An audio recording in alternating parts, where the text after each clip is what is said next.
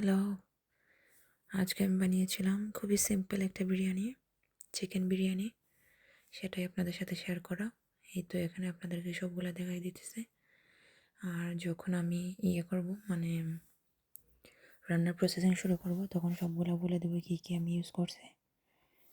আর এখানে আমি পান একটা নিয়ে নিয়েছি, ওইখানের মধ্যে দিয়ে দিলাম ঘি। আপনারা চাইলে তেলও ইউজ করতে পারেন, আমি ঘি ইউজ করলাম। আর ঘিটা গলে যাওয়া পর্যন্ত ওয়েট করব। তারপরে এখানের মধ্যে আমি অ্যাড করে দিলাম পেঁয়াজ। অনেকক্ষণ প্রায় হবে হয়তো 1 কাপ। হ্যাঁ, 1 কাপ। 1 কাপ পেঁয়াজ, এখানে 1 কাপ পেঁয়াজ কুচি দিয়ে দিলাম। পেঁয়াজ কুচিটা ব্রাউন হওয়া পর্যন্ত ওয়েট করে নেব। এই তো ব্রাউন হয়ে গেছে। তারপর আমি অ্যাড করে দিলাম আদা আর রসুনের কিউব। আপনারা চাইলে ফ্রেশটাও ইউজ করতে পারেন। আমি এখানে এইটা গলে যাওয়া পর্যন্ত ওয়েট করব।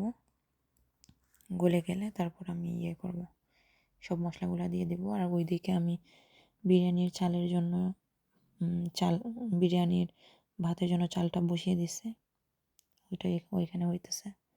আর এখানে আমি মশলা দিয়েছি হলুদ গুঁড়া, তারপর মরিচ, তারপর ধনিয়া, জিরা, ব্ল্যাক পেপার পাউডার এবং কারি পাউডার আর গুঁড়া দুধ।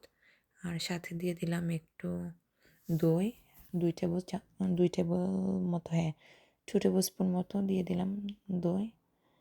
আর এইদিকে আমি করে নিচ্ছি আমার ছেলের জন্য ভাত ভাজি। ও অনেক পছন্দ করে ভাত ভাজি, ওর অনেক খিদা লাগছে, তো ওর জন্য বানিয়ে নিচ্ছিলাম আর কি। তো আমি ওর ভাত ভাজির মধ্যে একটু ডিম অ্যাড করি। ও বেশি কিছু মানে তেমন একটা খায় না, তাই ডিমটা অ্যাড করি যাতে ওর হয়, মানে একটু প্রোটিন যায় শরীরে, ওই আর কি। এই তো এখানে আমার মশলাটা ভুনা হয়ে গেছে, আমি চিকেনটা অ্যাড করে দিলাম। চিকেনটা আমি স্লো গ্যাসে রেখে কুক করব যতক্ষণ না সফট হয়ে যাচ্ছে ততক্ষণ।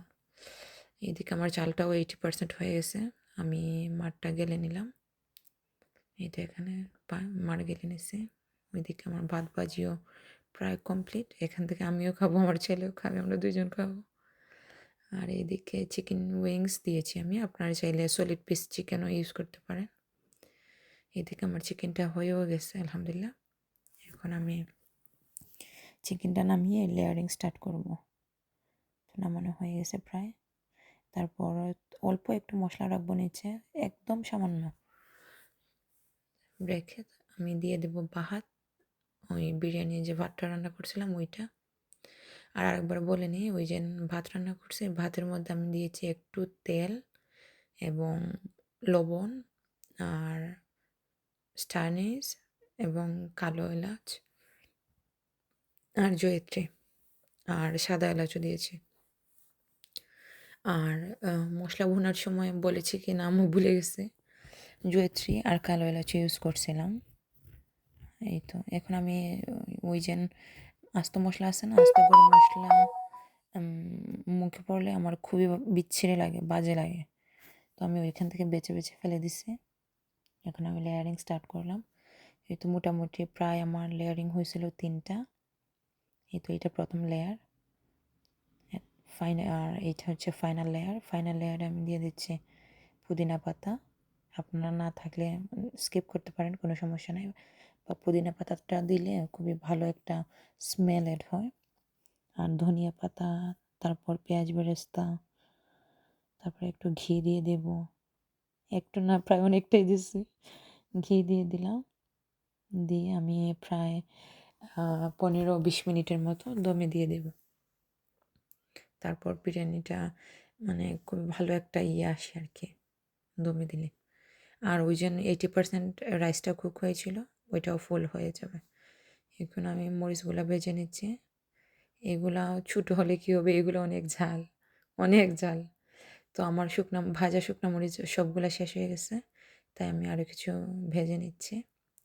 ভেজে আমি কয়েকদিনের জন্য এইভাবে রেখে দিই, একটা জারের মধ্যে, শুকনো জারের মধ্যে রেখে দিই। এই তো আমার মরিচগুলো অলরেডি ভাজা হয়ে যাচ্ছে, আমি নামিয়ে নিব।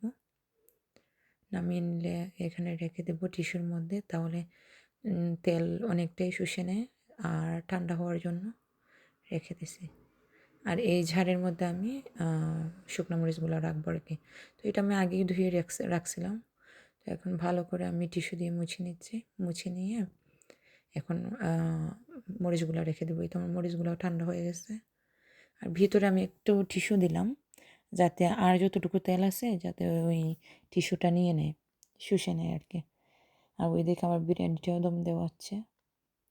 আর এই ফাঁকে আমি মরিচগুলাও ঝাড়ে ভরে নিলাম। আর যতগুলা বাসন ছিল সবগুলো আমি এর ফাঁকে ফাঁকে ধুয়ে নিচ্ছি, নইলে কাজ রয়ে যায়, ভালো লাগে না পরে করতে। এই তো আমার ঝাড়ে নেওয়া হয়ে গেল। আর এইখানে আমার বিরিয়ানিটাও কমপ্লিট, আলহামদুলিল্লাহ। বাই।